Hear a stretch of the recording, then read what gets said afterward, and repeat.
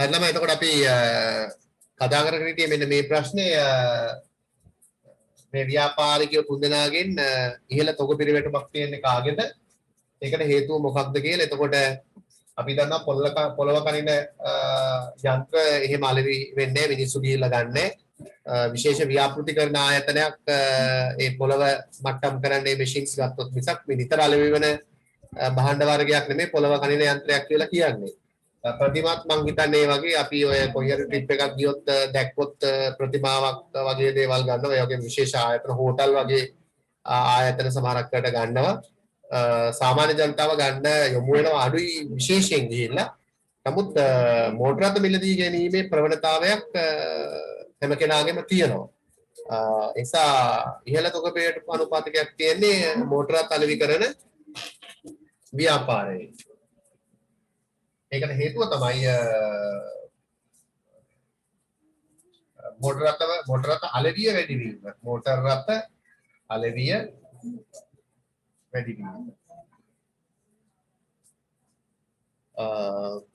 ඉන්දියාව වගේ රටවල් නම් උත්සාහ කරනවා ඔය ඒගොල්ලෝ උත්සාහ කරෙත් ඒක මේ ටාටා නැනෝ වගේ කාර් එකක් හැදුවේ බයිසිකලේ 3-4 දෙනෙක් නැගලා යනකොට අමාරු නිසා මේ ඒගොල්ලෝ උත්සාහ කරා ඒ රටේ මිනිස්සුන්ට යන්න පොඩි මෝටර රථයක් හදලා දෙන්න රුපියල් ලක්ෂයක වගේ වටිනාකමකට නේද ඒක ලංකාවට එනකොට ලක්ෂ 10ක් 11ක් වෙනවා මන් දන්නේ නැහැ දැන් කීයද කියලා ඔය ටාටා නැනෝ ඔය ගිම්බා වගේ කාර් එකක් අපේ රටේ අයටත් මම හිතනවා ලක්ෂ 4කට 5කට වාහනයක් හදලා දෙන්න බැරි කමක් නැහැ නමුත් ඒකට කිසිම රජයක් උත්සාහ කරන්නේ. ඉතින් ඒක අපේ කරුමේ තමයි අපේ දුප්පත් මිනිස්සුන්ට වාහනයක යන්න හැකියාවක් ලැබෙන්නේ නැහැ. මේ වාහන මිලත් එක්කලා.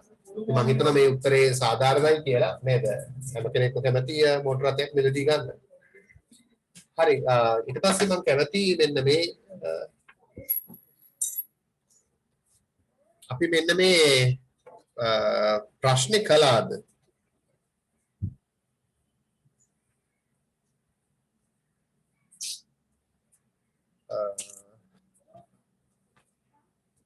මට පොඩ්ඩක් බලලා කියන්න. මෙන්න මේ ප්‍රශ්නේ අපි කරාද කියලා.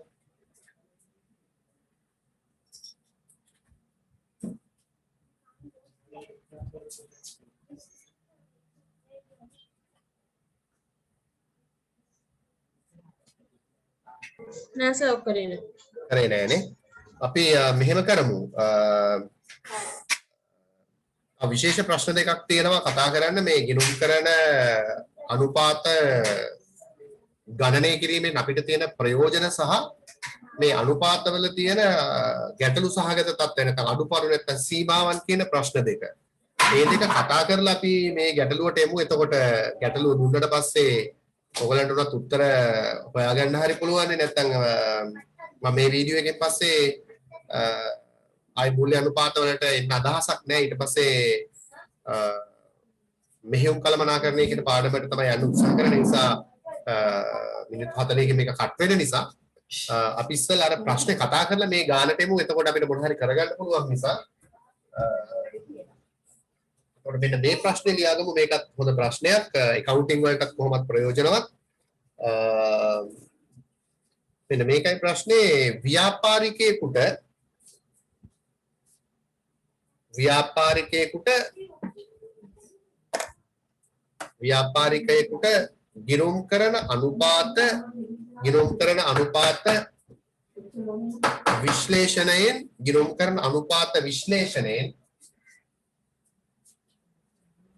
ගිණුම් කරන අනුපාත විශ්ලේෂණයෙන්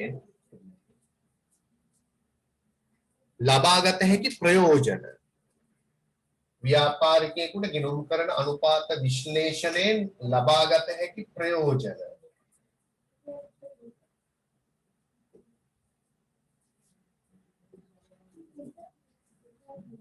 ලබාගත හැකි ප්‍රයෝජන.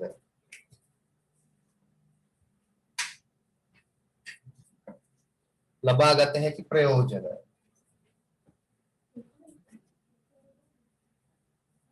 ලබාගත හැකි ප්‍රයෝජන. ඒතර මේක හොඳ ප්‍රශ්නයක්. ඇයි අපි කියන්නේ ඇයි අපි ගිණුම් කරන අනුපාත හදන්නේ? නේ ඒකයි අහන ප්‍රශ්නේ මේ. එතකොට ගිණුම් කරන අනුපාත වලින් ව්‍යාපාරිකයට තියෙන ප්‍රයෝජන මොනවාද කියලා ඇහුවොත්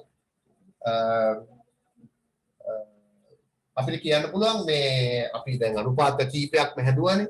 මේ ව්‍යාපාරයේ ලාභදායීත්වය, ව්‍යාපාරයේ නුඹුන්වත්භාවය,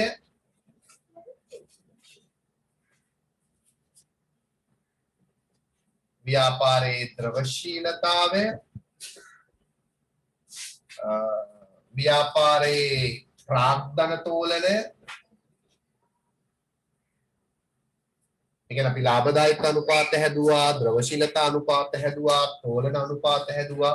ඒතර ව්‍යාපාරයේ ලාභදායීත්වය, නුඹුන්වත්භාවය, ඒ කියන්නේ බංකොලොත් නැහැ කියන එක, ද්‍රවශීලතාවය, ප්‍රාග්ධන තෝලනය පිළිබඳව ඉක්මනින් යම් අවබෝධයක් ලබා ගැනීම ගිණුම් කරන අනුපාත වලින් තියෙන එක විශේෂ ප්‍රයෝජනයක් අපිට. ඒතර අපි ලියාගමු එක විදිහට ව්‍යාපාරයේ ලාභදායීත්වය, ව්‍යාපාරයේ ලාභදායීත්වය,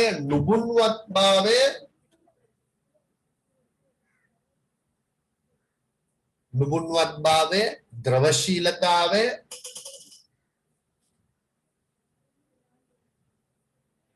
ප්‍රාග්ධන තෝලනය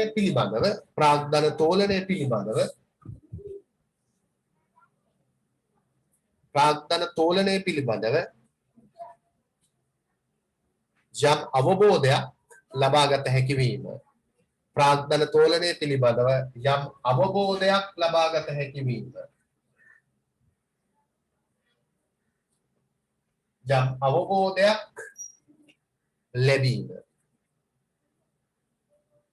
යම් අවබෝධයක් ලැබීම. ඒතර ඔක හරිය ලේසි උත්තරයක්.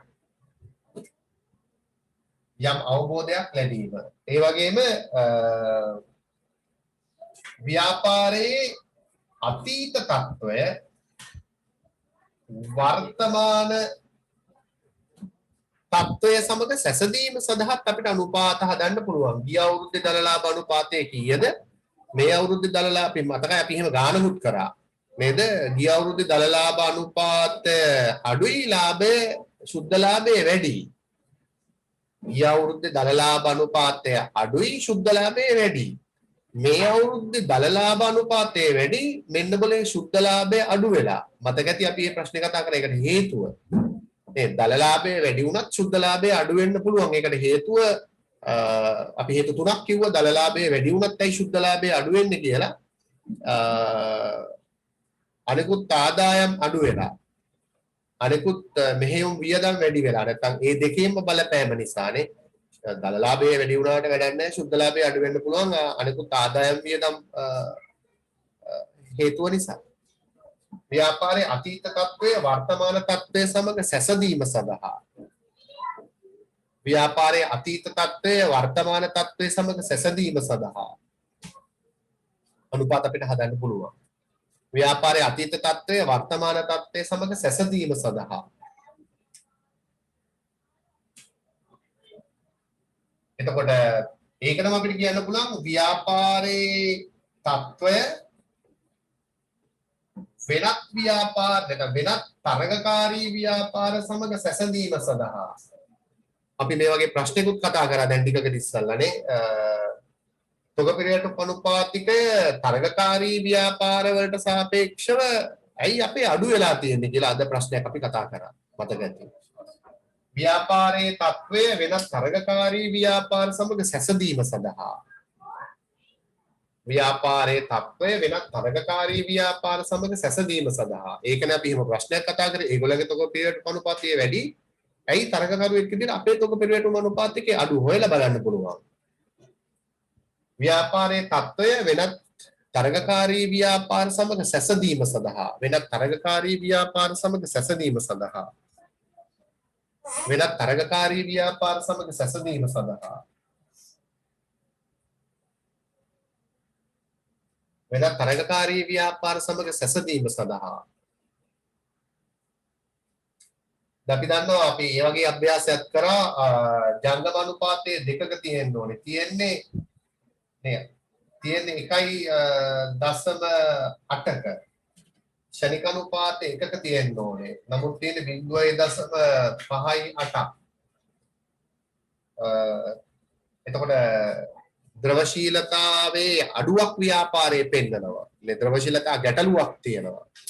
ඒ නිසා අනුපාත වලින් තියෙන තව ප්‍රයෝජනයක් තමයි වෙනස්කම් හඳුනාගෙන නේ අනුපාත වල යම්කිසි අපේක්ෂිත තත්ත්වයට වඩා වෙනසක් වෙනවා නම් අපි තොග පිළිවෙට පනුපාතික සහ ණයගත පිළිවෙට පනුපාතික සම්බන්ධයෙන් ප්‍රශ්නයක් කතා කරා. මේ තියෙන තත්ත්වයට වඩා වෙනසක් වෙනවා නම් මේ අපි ඉස්සෙල්ලා කතා කරපු ප්‍රශ්නේ තොග පිළිවෙට පනුපාතිකයේ අපේක්ෂිත තත්ත්වය 4යි තියෙන්නේ 1යි. ණයගත පිළිවෙට පනුපාතිකයේ අපේක්ෂිත තත්ත්වය 2යි. නමුත් 4යි තියෙන්නේ 2යි. දැන් අපි ඉස්සෙල්ලා කතා කරා වගුවක්. එතකොට වෙනස්කම් හඳුනාගෙන ඒ සඳහා පිළියම් යෙදිය හැකි වීම. දැන් අපි ඒකේ නර ඉස්සලා වගුවේ කතා කරේ අදහස සහ මොනවාද අපිට ඒ සඳහා දිය හැකි විසඳුම් කියලා. විසඳුමක් යෝජනා කරන්න කියලා. මේක අදාළ ප්‍රශ්නකුත් අපි අද කතා කරා. එතකොට වෙනස්කම් හඳුනාගෙන ඒ සඳහා පිළියම් යෙදිය හැකි වීම. නේද?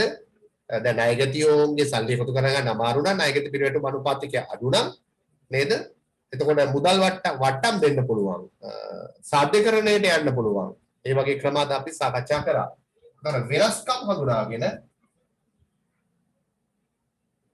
ඒ සඳහා පිළියම් යෙදිය හැකි වීම. වෙනස්කම් හඳුනාගෙන ඒ සඳහා පිළියම් යෙදිය හැකි වීම. වෙනස්කම් හඳුනාගෙන ඒ සඳහා පිළියම් යෙදිය හැකි වීම.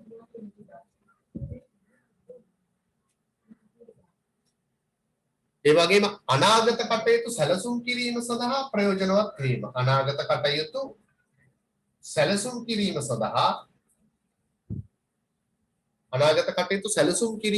අපි ඉන්නේ මෙන්න මේ මට්ටමේ 10%යි. නේද? අනාගතයේදී ඒක 12%ක් කරගත්තොත් හොඳයි. අනාගත කටයුතු සැලසුම් කිරීම සඳහා අපි ගණනය කරන්නේ මේ දැන් ඉන්නේ 10 කියලා.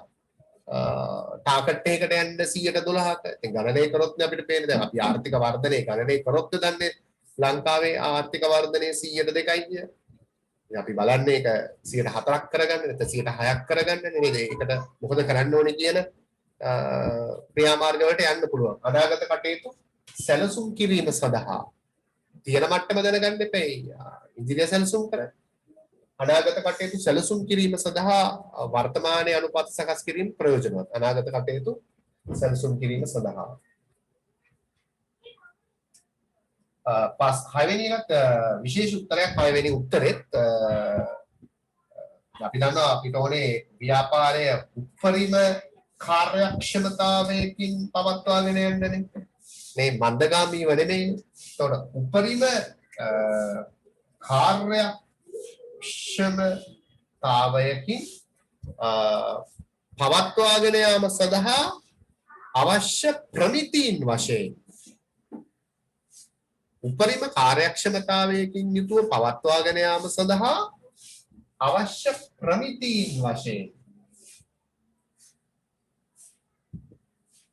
ඒක විශේෂයෙන් තේරුම් අරගෙන ලියන්න ඕන උත්තරය. උපරිම කාර්යක්ෂමතාවයකින් යුතුව පවත්වාගෙන යාම සඳහා අවශ්‍ය ප්‍රමිතීන් වශයෙන් අපිට අනුපාත ස්ථාපිත කළ හැකි වීම. අනුපාත ස්ථාපිත කළ හැකි වීම. ඒ කියන්නේ අපි යම්කිසි ප්‍රමිතියක් ඔය කළමනාකරණයේදී ඔක හොඳටම කතා කරනවා. සැලසුම් කරන්නේට නෙමෙයි, සංවිධානකරණයටත් නෙමෙයි, මෙහෙවීමටත් නෙමෙයි, පාලනයේදී අපි ඔක කතා කරනවා මේ ප්‍රමිතීන් ස්ථාපිත කිරීම කියන එක. එතකොට ප්‍රමිතියක් හදාගත්තොත් නේ අපිට ඒ ප්‍රමිතියට අනුව කටයුතු කරන්න පුළුවන් නේ. එතකොට ප්‍රමිතිය තමයි අනුපාත ස්ථාපිත කරන එක. මෙන්න මේ මට්ටමට එන්න ඕනේ කියන එක අපි ප්‍රමිතියක් හදාගන්න අනුපාතය හරහා. එතකොට උපරිම කාර්යක්ෂමතාවයකින් යුතුව පවත්වාගෙන යාම සඳහා අවශ්‍ය ප්‍රමිතීන් වශයෙන් ඒක ලියන්න පොඩ්ඩක් දිගට යන නිසා උපරිම කාර්යක්ෂමතාවයකින් යුතුව පවත්වාගෙන යාම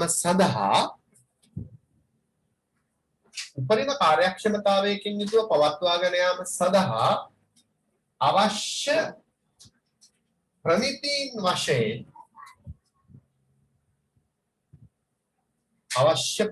වශයෙන් ප්‍රමිතිය විදියට අපි හදන්නේ අනුපාතය. අවශ්‍ය ප්‍රමිතීන් වශයෙන් අනුපාත ස්ථාපිත කළ හැකි වීම. එතකොට අනුපාතය තමයි ප්‍රමිතිය විදියට පිළිගන්නේ. අනුපාත ස්ථාපිත කළ හැකි වීම.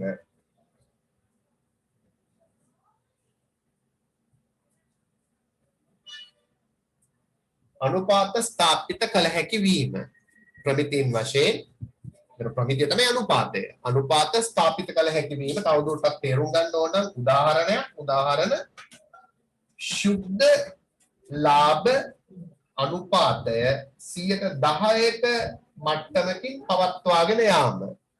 ශුද්ධ ලාභ අනුපාතිකය 10%ක මට්ටමකින් පවත්වාගෙන යාමේ ප්‍රමිතියක් අපිට අනුපාතය හරහා ස්ථාපිත කරගන්න පුළුවන්. ශුද්ධ ලාභ අනුපාතිකය 10%ක මට්ටමකින් පවත්වාගෙන යාම. එතකොට අනුපාතය තමයි ස්ටෑන්ඩඩ් එක. 10%ක ශුද්ධ ලාභ අනුපාතයක් පවත්වාගෙන යාම මේ දෙක ස්ටෑන්ඩඩ් එකක් විදිහට ප්‍රමිතියක් විදිහට අපි ස්ථාපිත කරගන්න එක හොඳයි. ශුද්ධ ලාභ අනුපාතයේ 10%ක මට්ටමකින් පවත්වාගෙන යාම. එතන ප්‍රමිතියක් හදාගන්නව අනුපාතය හරහා. ප්‍රමිතිය තමයි අනුපාතය. මම හිතනවා තේරුම් ගන්න පුළුවන් වෙන්නේ නැති කියලා. උත්තර හයක් ලියන එකත් ළමයින්ගේ පැත්තෙන් ටිකක් ළමයින්ට අමාරුයි. අයි ගිණුම් කරන අනුපාත හදන්න කියලා හැවුවොත් එහෙම අමාරු නැහැ ඉතින්. ලේසි. හයවෙනි එක විතරයි ටිකක් අමාරු. පළවෙනි එකේ ටිකක් අපි හදපු අනුපාතනේ තියෙන්නේ දල ලාභය, ද්‍රවශීලතාවය, තෝලනය පිළිබඳ අවබෝධයක් ලබා ගන්න පුළුවන්. අපේ අතීතය වර්තමානයයි නේද? අපේ එකයි වෙන ව්‍යාපාරයි. වෙනස්කම් වුණොත් අනුපාතවල ඒවා තේරෙනවා. මේක මෙහෙම වෙන්න බෑ. මෙහෙම වුණොත් නේද ගැටලු සහගතයි. වෙනස්කම් හඳුනාගෙන පිළියම් යොදන්න පුළුවන්. ඉදිරිය සැලසුම් කරන්න පුළුවන්. නේද? ව්‍යාපාරය කාර්යක්ෂමව පවත්වාගෙන යන්න අවශ්‍ය ප්‍රමිතීන් වශයෙන් අනුපාත ස්ථාපිත කරන්න පුළුවන්. මේ මට්ටමේ මේක තියෙන්න ඕනේ කියලා. අර අපි ඉස්සල කරපු වගුවෙත් ඒ වගේ එකක් තමයි කරලා තිබුණේ. අපේක්ෂිත තත්ත්වය කියලා තොග පිරිවැටුම් අනුපාතිකයේ 4යි. ණය පිරිවැටුම් අනුපාතිකයේ 4යි කියලා අපේක්ෂිත තත්ත්වය කියන්නේ අනුපාත ස්ථාපිත කරලා තියෙන ප්‍රමිතීන් වශයෙන්. එතකොට එතනට ආවේ නැත්තම් නේද? ඒක තිබුණේ ඇවිල්ලා නැහැ. එතකොට අපෙන් අහනවා මොකද කරන්නේ? ඇයි එහෙම වුනේ? මොකද කරන්නේ කියලා. ඒ 6 ඇත්තටම ඒ අනුපාත ස්ථාපිත කරලා තියෙන 4ක තියෙන්න ඕනේ. ඒතකොට එහෙට මෙහෙට වුණොත් ගැටලු සහගතයි. මම හිතනවා තේරුම් ගන්න ඇති කියලා. ඔය තමයි අනුපාත සකස් කිරීමෙන් තියෙන ප්‍රයෝජන.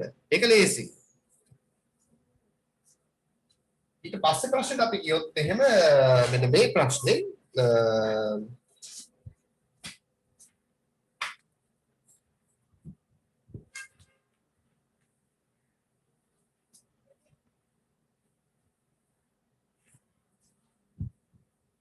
ප්‍රශ්න නම් ලියාගෙන නැහැ මම. අපි ලියාගමු මෙන්න මෙහෙම ගිණුම් කරන අනුපාතවල පවතින සීමාවන්. ගිණුම් කරන අනුපාතවල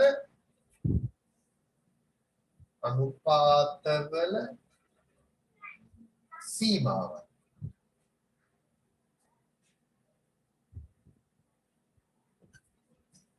ගිණුම් කරන අනුපාතවල සීමා තියෙන ගැටලු සහගත තත්ත්වයන්. ගිණුම් කරන අනුපාතවල පවතින සීමා. ගිණුම් කරන අනුපාතවල පවතින සීමාත් ටිකක් ලේසිම ප්‍රශ්නයකුත් නෙමෙයි උත්තර දෙන්න. එකක් විදිහට අපිට පෙන්වන්න පුළුවන් දැන් අපි දන්නවා සත්‍යතරතුරු මත පදනම්ව අපි අනුපාත හැදුවේ නැත්නම් වැරදි අනුපාත තමයි අපිට ලැබෙන්නේ. ඒක නිසා සත්‍යතරතුරු ලබාගත නොහැකි වීමෙන් වැරදි අනුපාත ලැබෙන්න පුළුවන්. ඒ කියන්නේ හරි තොරතුරු අපිට දුන්නේ නැත්නම් අනුපාත හදන්න. එක ලියමු. සත්‍යතරතුරු ලබාගත නොහැකි වීමෙන් සත්‍යතරතුරු ලබාගත නොහැකි වීමෙන්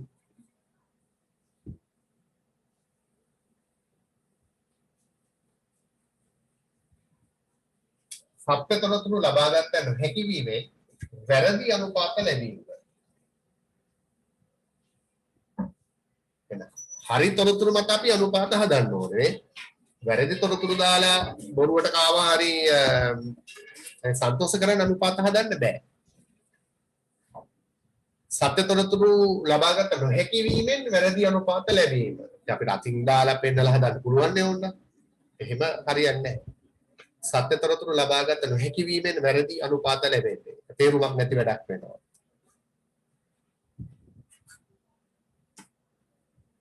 ඒ වගේම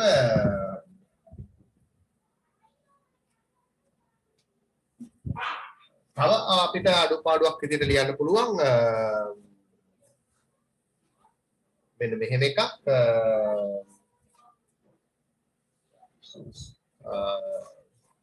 ගනුදෙනු සටහන් කිරීමේ විවිධ ක්‍රම භාවිතා කරන්නේ නේ ගනුදෙනු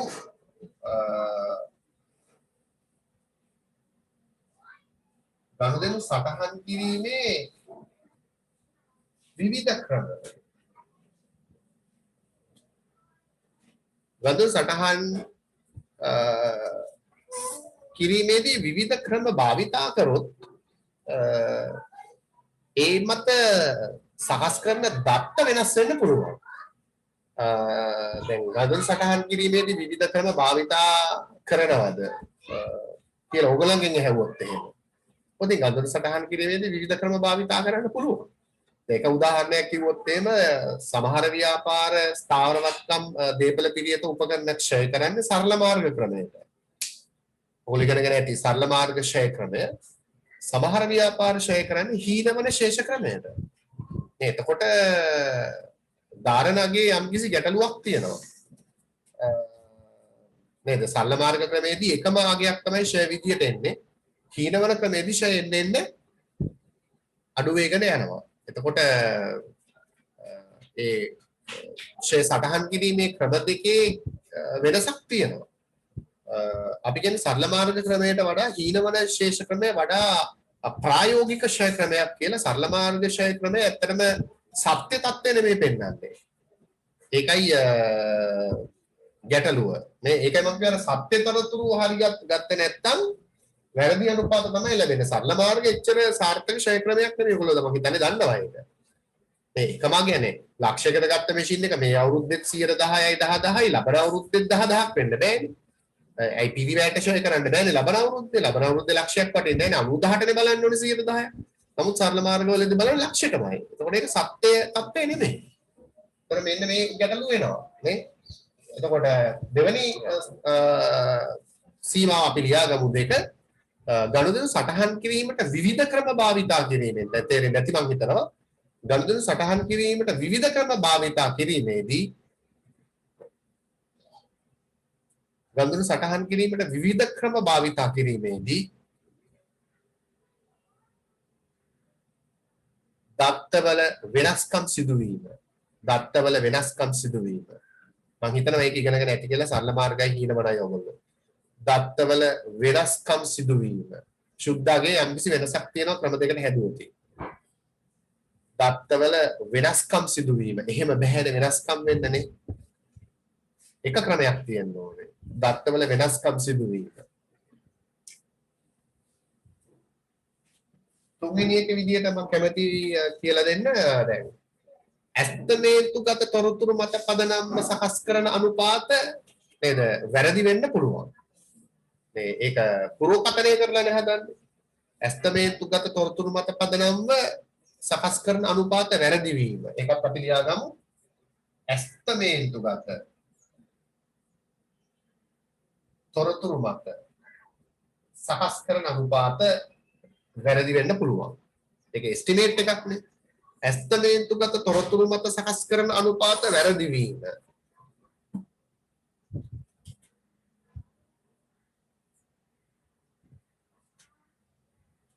ඇස්තමේන්තුගත තොරතුරු මත සකස් කරන අනුපාත වැරදි වීම. වැරදි වෙන්න පුළුවන්. ඇස්තමේන්තුගත තොරතුරු මත පදනම්ව සකස් කරන අනුපාත වැරදි වීම ඒක වරදින්න තියෙන ඉඩ කඩ වැඩි. ඔයගොල්ලෝ දන්නවා මේ කීර්ති නාමය ගණනය කරන ක්‍රම කීපයක්ම තියෙනවා accounting වල. දැන් මම හිතන්නේ එහෙම ගණනය කරන්නේ නැහැ මම දන්න විදිහට. ව්‍යාපාරයක පසුගිය වර්ෂ කීපයක ශුද්ධ ලාභයේ සාමාන්‍ය කීර්ති නාමයේ විදිහට ගණනය කිරීම. ඒක ගැටලුවක් නැහැ. ඒක වෙච්ච දෙයක් නේ. පසුගිය වර්ෂ කීපයක අධිලාභයේ සාමාන්‍ය ශුද්ධ ලාභයේ විදිහට ගණනය කරනවා. ඒකත් ගැටලුවක් නැහැ. හැබැයි සමහරක් වෙලාවට කරනවා ඉදිරි වර්ෂ කීපයක ශුද්ධ ලාභයේ සාමාන්‍ය. ඉදිරි වර්ෂ කියන්නේ අනාගත වර්ෂ. ඒතර ඒක ඇස්තමේන්තුගත දත්තයක්. ඉදිරි වර්ෂ කීපයක් අපි පුරෝකතනය කරනවා මෙන්න මේ අනාගත අවුරුදු 5 මෙච්චර ශුද්ධලාභයක් ඒ ටික එකතු කරලා පහෙන් බෙදනවා. එතකොට ඒක ඇස්තමේන්තුගත තොරතුරු මත සකස් කරන අනුපාත වරදින්න පුළුවන්. ඇස්තමේන්තුගත තොරතුරු මත සකස් කරන අනුපාත වැරදි වීම. හතර විශේෂ කාරණාවක් ඔයගොල්ලෝ දන්නවා මූල්‍ය ප්‍රකාශන සකස් කිරීමේදී පවතින සීමා හේතුවෙන් නේද? මූල්‍ය ප්‍රකාශන සැකසීමේදී පවතින සීමා හේතුවෙන් ගණනය කරන අනුපාත වෙනස් වෙන්න පුළුවන්. මූල්‍ය ප්‍රකාශන සැකසීමේදී පවතින සීමා හේතුවෙන්. ඒ කියන්නේ මූල්‍ය ප්‍රකාශන හදද්දී විවිධ උපකල්පන මත හදන්න පුළුවන්. විවිධ උපකල්පන ප්‍රමිතීන් මත හදද්දී ඒවා වෙනස් වෙන්න පුළුවන්. අපිට විවිධ උපකල්පන ඇති කරගන්න පුළුවන්. විවිධ කටයුතු වලදී. එතකොට හතරවෙනි උත්තරය අපි කියන්නේ මූල්‍ය ප්‍රකාශන සැකසීමේදී පවතින සීමා හේතුවෙන් මූල ප්‍රකාශන සැකසීමේදී පවතින සීමා හේතුවෙන් ඒ කියන්නේ අපි ගොඩනගන උපකල්පන සහ ප්‍රමිති නිසා මූල ප්‍රකාශන සැකසීමේදී පවතින සීමා හේතුවෙන් ගණනය කරන අනුපාත වෙනස් වීම පවතින සීමා හේතුවෙන් ගණනය කරන අනුපාත එක එක ව්‍යාපාර එක එක උපකල්පන මත හදන්න පුළුවන්. එතකොට අනුපාත ව්‍යාපාරයෙන් ව්‍යාපාරයට වෙනස් වෙනවා. පවතින ගණනය කරන අනුපාත වෙනස් වීම. පස්වෙනි එක තමයි අපි දන්නවා මේ වෙලාවේ අපි අනුපාතය හදලා තව මාසයක් යනකොට සංඛ්‍යා දත්ත වෙනස් වෙනවා. අපි දන්නවා සංඛ්‍යා නිතර වෙනස් වෙනවා. මේ තියෙන ජංගමවත්කම් නෙමෙයි තව දවසකින් දෙකකින් ව්‍යාපාරයේ තියෙන්නේ. අඩු වැඩි වෙනවා. මේ කෙටි කාලින වත්කම් නිතර වෙනස් වෙනවානේ. එතකොට සංඛ්‍යා නිතර දැන් අපි මේ දැන් පාවිච්චි කරලා හදන සංඛ්‍යා දත්ත තව දවස් දෙකක් තුනක් ගියම වෙනස් වෙනවා. සංඛ්‍යා නිතර වෙනස් වන බැවින් ඒ මත ගන්නා තීරණ වැරදි වීම. නේ සංඛ්‍යා නිතර වෙනස් වන බැවින් ඒක හොඳ උත්තරයක්. සංඛ්‍යා නිතර වෙනස් වන බැවින් එහෙම කියලා අපිට ගණනය නොකර ඉන්න බැහැ නේ. සංඛ්‍යා නිතර වෙනස් වන බැවින්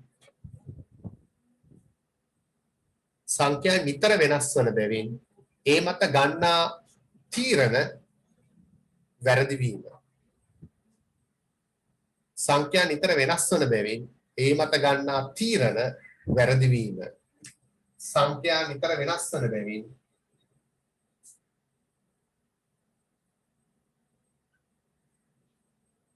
ඒ මත ගන්නා තීරණ වැරදි වීම.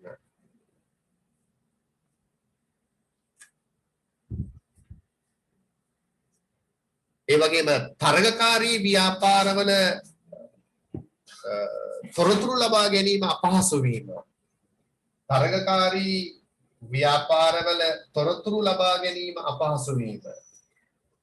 අපිට සංසන්දනය කරන්න වගේ කටයුතු සඳහා ඒගොල්ලෝ දෙන්න කැමති නැහැ සමහර වෙලාවට ඒවා. තරගකාරී ව්‍යාපාරවල තොරතුරු ලබා ගැනීම අපහසු වීම. ප්‍රසැසදීමක් කරන්න බෑ අපිට. තරගකාරී ව්‍යාපාරවල තොරතුරු ලබා ගැනීම අපහසු වීම. සමහරට වැරදි තොරතුරු දෙන්නත් පුළුවන්. තරගකාරී ව්‍යාපාරවල තොරතුරු ලබා ගැනීම අපහසු. නිවැරදි තොරතුරු ලබා ගැනීම අපහසු වීම. එහෙම ලියවන ගොඩක් හොඳයි. තරගකාරී ව්‍යාපාරවල නිවැරදි තොරතුරු ලබා ගැනීම අපහසු වීම. එතකොට ඔය තමයි ගිණුම් කරන අනුපාතවල අපිට තියෙන ගැටලු සහගත පැත්ත. ඒකත් මතක තියාගන්න.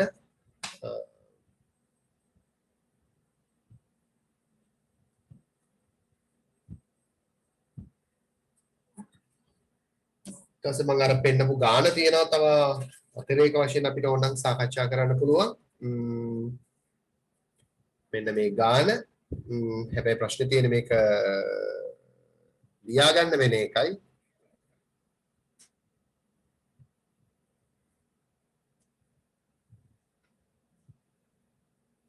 පුළුවන් ඉක්මනින් ලියාගන්න.